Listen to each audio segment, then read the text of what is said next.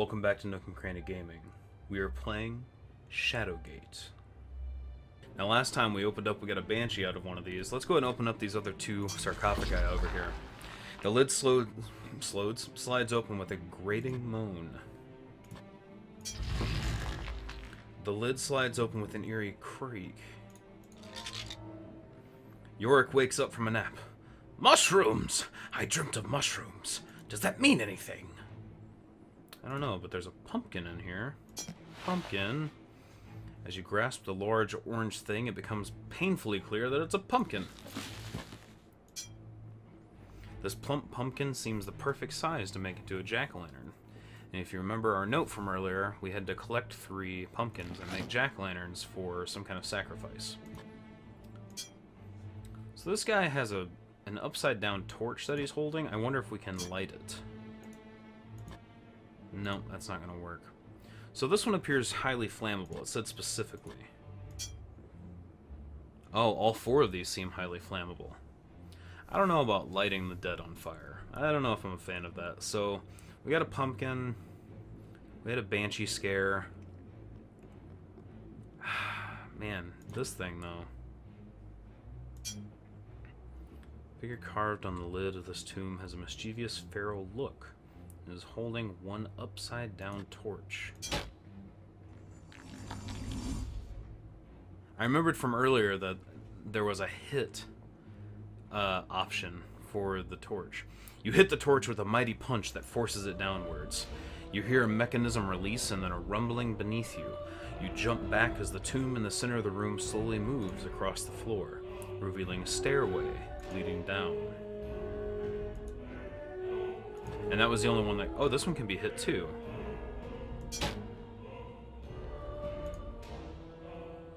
Huh. Alright.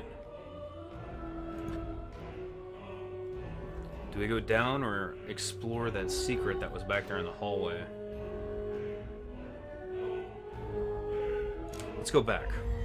I want to see what was back here. We will come back to the sarcophagus for sure. But I want to know what's in here. You force yourself through the narrow opening and into the darkness beyond.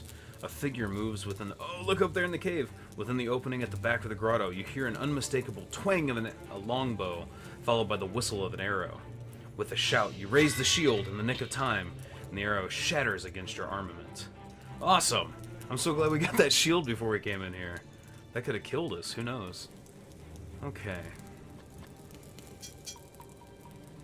The hypnotic movement of the campfire momentarily mesmerizes you until a loud pop brings you back to your senses. Oh, there's an arrow over here. Never know. We might end up having like a bow or something later. The skull is so old it appears petrified. You resist the temptation to swing the bone around like a club. The leg bone of some hapless person who met their end. I'm just checking everything out, make sure there's nothing peculiar about anything. Scrapes and scratches crisscross the surface of the skull. What about this fire? Hypnotic gaze. Same thing.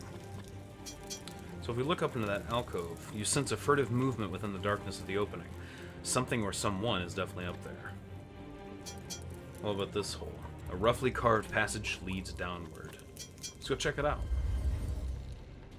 Whoa! You stand at the edge of a lava-filled chasm. Impossible as it seems, the faint, terrified screams of some unfortunate soul echo within its depths. Alright, so what's up with the bowl? The metal brazier has a wide bowl mounted on the tripod. The legs look like a series of inverted hooks, poorly welded together. So what's with the not-safe bridge? The rickety bridge is held together with nothing but frayed rope and rotten wood planks. As if in warning, a mounted skull stands guard in front of it, right there. So we got a little guy there. Is there something specific about the holes? The passage on the other side of this chasm is anything but inviting. From your vantage, you can see little of what lies beyond this passage. Judging by the workmanship, this stone bridge seems quite sturdy. See, my thing is, though, is that they're going to try to trick me. You know, this is so inviting, but what if that stone is At a moment's notice, is it going to crumble because of lava? And what if this is actually the safer bridge? Hell, man. What's this strange thing? The carving on the keystone is a circle within a shield outline. Strange markings cover the stone. You think you recognize the name Mashal against the hard-to-decipher script. Interesting.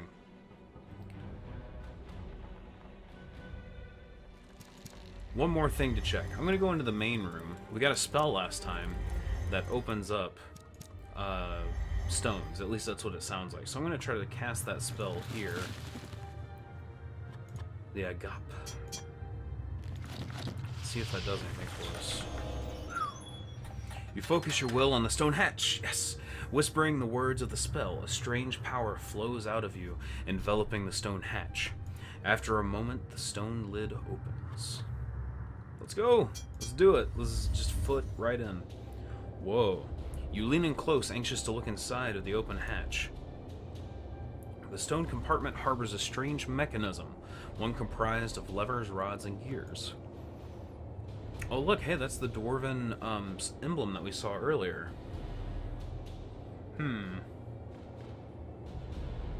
There's no real clues on what's going on here. Stone button intricately chiseled. The marking looks like the dwarven craftsmanship stamp. Let's hit that lever. You strike the lever, but it doesn't move. It is stuck in place.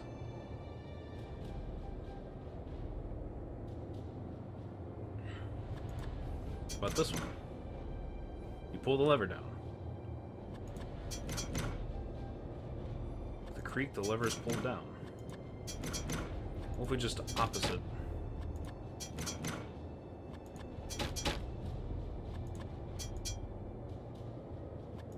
Huh, okay. So these are moving.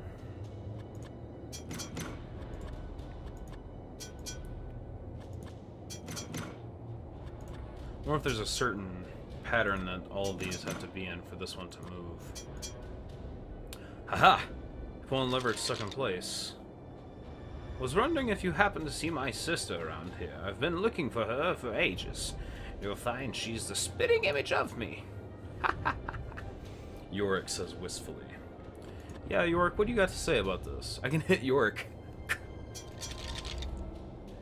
As you begin speaking to Yorick, he interrupts. You better be sure you want my advice before you speak to me again, because I'll be giving hints next. Yeah, I'm okay with that. Let's get a hint from Yorick. Let's see what he has to say. One of the gears is missing. The mechanism won't work until it has been replaced. Okay. Okay, I guess. Cool. At least it's not like, you will find the gear in this room, yada yada blada yo. Alright, so let's keep pressing forward. And... wow. So we can see that these two match up. That's cool, I'm glad it made that mark. Oh yeah, okay, so it made that mark as well. This is a little map of where we've been. And I think what we're going to do next is we're going to head back to the crypt. We're going to descend the stairs.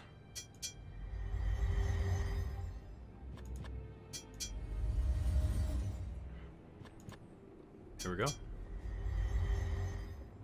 Whoa.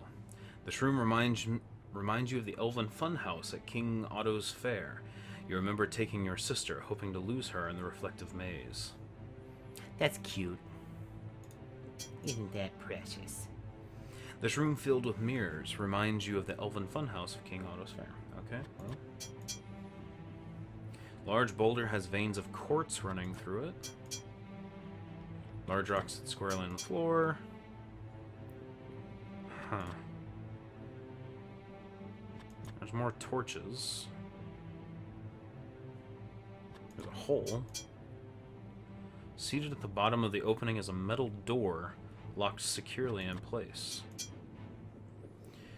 You see a warped reflection of yourself in the mirror.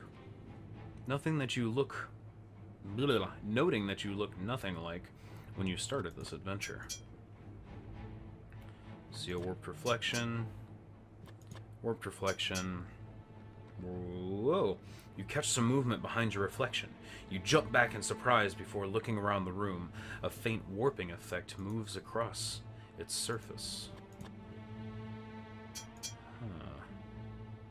You run your fingers along the mirror's frame, looking for hidden latches or releases. Nothing. How about we, you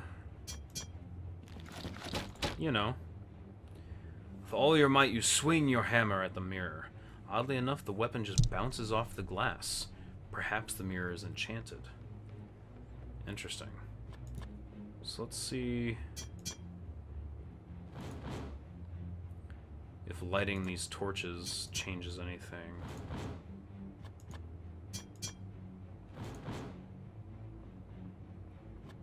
Not a damn thing. You yank on the hatch, perhaps something is securing it on the other side. So the hatch down here is closed. There was some strange movement behind this mirror. Torches don't seem to be doing anything. Oh, you toss your torch? Oh, man. Ugh. Alright, well. I'll leave those up there to burn, I guess. Looks like there's nothing else to do in this room. Interesting. So it seems that we are at an impasse, or an end pass, if you will, because this is the end of the episode. Thank you so much for joining me. We'll try to figure out where to go in the next episode. There's some interesting connections between the two dwarven symbols. There's also the rickety bridge and the strong bridge to go explore. And we'll just have to go do that in the next episode of Nook and Cranny Gaming. Thank you so much for joining me for another episode of Shadowgate. I'll see you next time. Thanks for watching Nook and Cranny Gaming. Make sure to subscribe for new videos every single day, and remember that your likes and your comments are very much appreciated. And we will see you in the next video.